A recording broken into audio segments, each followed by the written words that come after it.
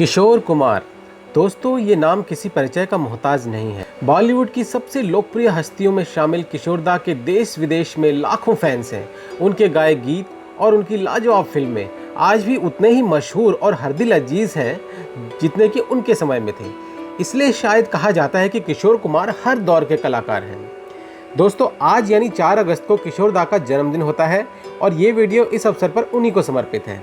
उनकी जीवनी के बारे में तो आप बहुत कुछ जानते हैं, पर आज हम आपको उनके बारे में कुछ ऐसे इंटरेस्टिंग फैक्ट्स बताएंगे जिन्हें सुनकर आप ये मानने को मजबूर हो जाएंगे कि किशोर दा एक आम कलाकार नहीं बल्कि एक ऐसे ग्रेट लेजेंड थे जो सदियों में एक बार पैदा होता है।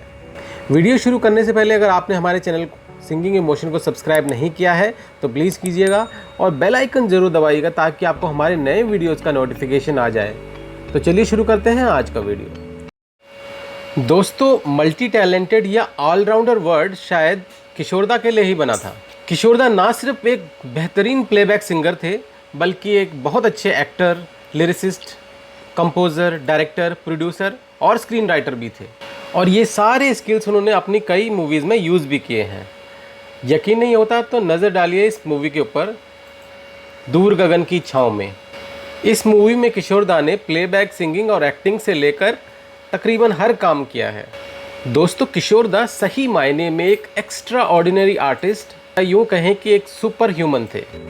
दोस्तों, 4 अगस्त 1929 को मध्य प्रदेश के खंडवा डिस्ट्रिक्ट में जन्मे किशोर दा इस मिट्टी के सच्चे सपूत थे और हमेशा खंडवा को याद करते थे।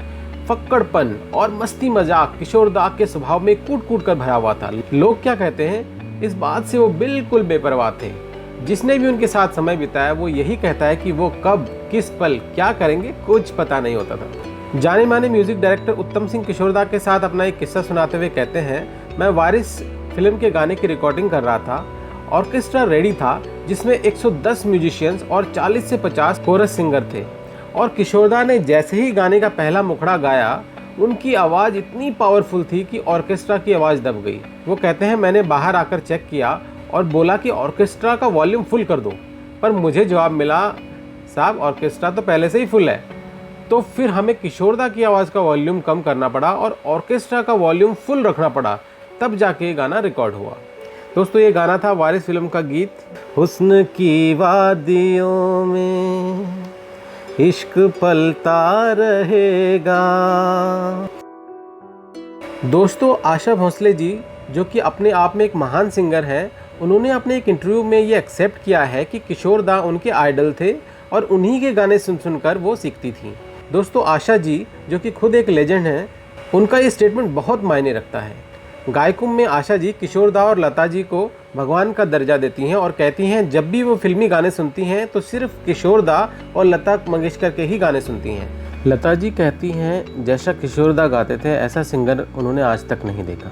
अपने एक इंटरव्यू में आर.डी. बर्मन कहते हैं, लता मंगेशकर और आशा भोसले जी दोनों ही महान सिंगर हैं। उन्होंने कई बड़े सिंगर्स के साथ गाना गाया है, पर जब भी वो किशोर दा के साथ गाते थे they used to feel cautious. तो देखा दोस्तों, किशोर दा सिर्फ हमारे आपके ही नहीं, लेजेंड्स के भी आइडल हैं। दोस्तों, ऐसे ही एक और लेजेंड हैं भारत रत्न पंडित भीमसेन जोशी। हम सब जानते हैं कि भीमसेन जोशी जी कितने बड़े क्लासिकल सिंगर थे। चलिए आपको ये किस्सा सुनाते हैं कि पंडित जी ने किशोर दा के बारे में एक बार क्या कहा था। एक बार पंडित जी किसी कॉन्सर्ट के दौरान एक होटल में रुके थे और उनसे मिलने कुछ पत्रकार आए और उन्होंने पंडित जी के कमरे में जाते हुए किसी फिल्म के गाने की आवाज़ सुनी। तो पत्रकारों को बड़ी हैरानी हुई और उन्होंने पंडित जी से पूछा कि पंडित जी, आप क्लासिकल सिंगर होकर फिल्मी गाना सुन रहे हैं। पंडित जी ने यह सुनकर गाने का वॉल्यूम बढ़ा दिया। दोस्तों, वो गाना था अमर प्रेम फिल्म का गीत, चिंगारी कोई भड़के तो सावन उसे बुझाए, सावन जो अगन लगाए उसे कौन बुझाए।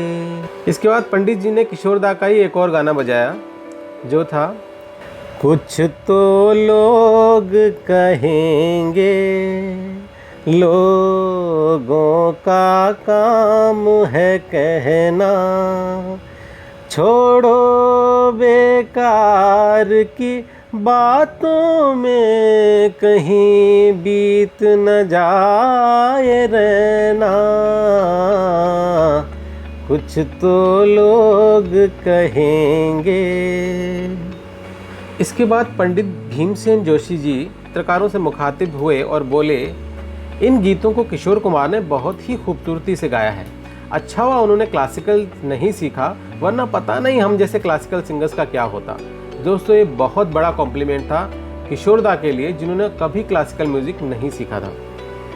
दोस्तों, सोनू निगम बहुत बड़े सिंगर हैं और आमतौर पर मोहम्मद रफ़ी के बहुत बड़े फ़ैन माने जाते हैं। उन्होंने भी खुद एक इंटरव्यू में ये एक्सेप्ट किया है कि किशोर दा एक महान सिंगर थे और उन्होंने अपने कई गानों में किशोर दा का स्टाइल कॉपी किया है। जैसे कि वास्तव मूवी का ये गीत, मेरी दुनिया तुझ में कहीं, तेरे बिन मैं क्या कुछ भी नहीं। इसके अलावा सूरज हुआ मध्यम गीत के अंतरे में, है खूबसूरत ये पल, सब कुछ रहा है बदल। या फिर संघर्ष मूवी का ये गीत, मुझे रात दिन बस मुझे चाहती हो। इसके अलावा अगर हम उनकी प्राइवेट एल्बम्स के भी कई गाने सुने तो उनमें भी आपको किशोर दा का स्टाइल नजर आएगा। दोस्तों, मशहूर गीतकार और राइटर जावेद अख्तर साहब, जो कि किशोर दा के बहुत बड़े फैन हैं, उन्होंने दादा के बारे में एक खास बात कही थी जिससे शायद आप सब लोग भी सहमत होंगे कि जब भी किशोर दा ने किसी मेल या फीमेल सिंगर के साथ गीत गाया तो आपका ध्यान हमेशा किशोर दा की आवाज़ पर ही जाता है। और जब भी किसी गाने के 2 वर्जन बने हैं और एक वर्जन किशोर दा ने और एक वर्जन किसी और ने गाया तो हमेशा किशोर दा वाला वर्जन ही हिट हुआ। दोस्तों, मन्ना डे, जो कि खुद एक बहुत बड़े प्लेबैक सिंगर रहे हैं, अपने एक इंटरव्यू में कहते हैं कि किशोर दा बहुत बड़े कलाकार थे। पड़ोसन फिल्म के गीत एक चतुर नार की रिकॉर्डिंग को याद करते हुए मन्ना दा कहते हैं कि मैंने सोचा था कि किशोर को क्लासिकल नहीं आता और इस गीत में मैं किशोर कुमार की छुट्टी कर दूंगा, लेकिन जब हमने रिकॉर्डिंग शुरू की तो किशोर दा ने इस गीत में कई इनोवेटिव चीज़ें करके उन्हें हैरान कर दिया, जैसे कि ओ टेढ़े सीधे हो जा रे।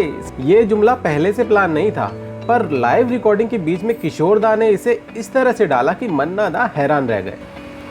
दोस्तों, किशोर दा का legendary music director SD Burman और उनके पुत्र RD बर्मन से खास रिश्ता था और दादा ने इन दोनों के बनाए म्यूजिक में कई मधुर गीत गाए हैं। SD बर्मन तो किशोर दा को अपने बेटे की तरह मानते थे और किशोर दा के सिंगिंग करियर को आगे बढ़ाने में सचिन दा यानी SD बर्मन का बहुत बड़ा हाथ है।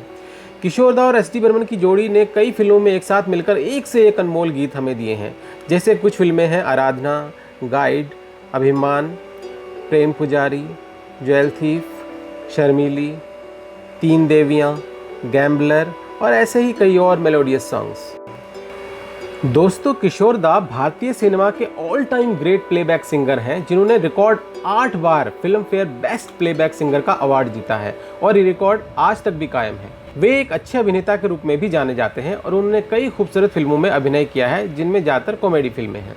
दोस्तों, किशोर दा का जन्म 4 अगस्त 1929 को खंडवा मध्य प्रदेश में और निधन 13 अक्टूबर 1987 को मुंबई में हुआ था। दोस्तों, आज यानी 4 अगस्त को उनके जन्म दिवस पर हम इस वीडियो के द्वारा ऑल टाइम ग्रेट आर्टिस्ट किशोर दा को श्रद्धांजलि देते हैं और भारत सरकार से ये अपील करते हैं कि उन्हें मरणोपरांत भारत रत्न की उपाधि से नवाजा जाए। दोस्तों, अगर आपको हमारा ये वीडियो पसंद आया हो तो इसे लाइक और अपने दोस्तों के साथ शेयर जरूर कीजिएगा और हमारे चैनल पे अगर आप नए हैं तो जाने से पहले सब्सक्राइब जरूर कीजिएगा ताकि आप हमारे ऐसे ही खूबसूरत वीडियोस को मिस ना करें। तो दोस्तों, आज के वीडियो में इतना ही। Thank you for watching. Thank you so much.